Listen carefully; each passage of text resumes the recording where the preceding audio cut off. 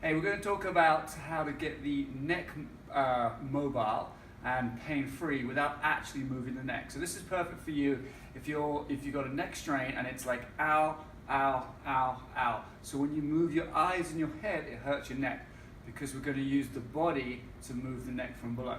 So the first thing we're going to do is recreate this flexion extension type movement. What I want you to do is to hold on to something, so you can hold on to a door handle or a door frame or something like that.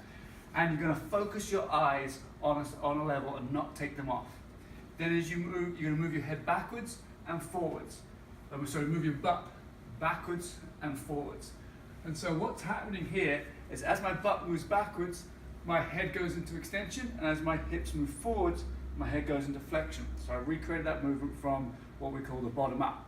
Next thing we want to do is recreate this left and right movement. So you're going to imagine you've got a book on your head, keep your eyes completely level, and you're going to let your hips move left and right underneath, and you keep your head completely level. This is bottom up movement, getting side bending into your neck. Last one is to get rotation.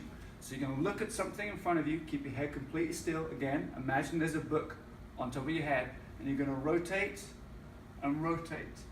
And you can actually do that as a fluid movement if you want, or you can do it one side, then the other.